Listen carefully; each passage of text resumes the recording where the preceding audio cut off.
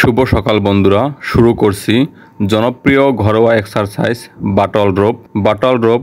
আপনারা চাইলে বাসায় বসেও প্র্যাকটিস করতে পারবেন, যার জন্য প্রয়োজন পড়বে 30 থেকে 50 ফুট লম্বা একটি মোটা রশির মাথাটি একটি খুঁটির সাথে বেঁধে এক্সারসাইজটি শুরু করতে পারবেন। তো বন্ধুরা, কথা না বাড়িয়ে কিভাবে বাটল রোপ শুরু করতে হয় সে বিষয়ে বিস্তারিত আলোচনা শুরু করি। প্রথমে কোমর নিচু করে বসার মতো ভঙ্গি করে নিতে হবে। দেখে মনে হয় যেন কোনো কিছুর উপর বসে আছো। পিঠ সোজা ও বুক সামনে রাখতে হবে। এবার ডান ও বাম হাত একটি করে পালা করে উপরে নিচে নাড়াও, যেন তরঙ্গের মতো ঢেউ তৈরি হয়।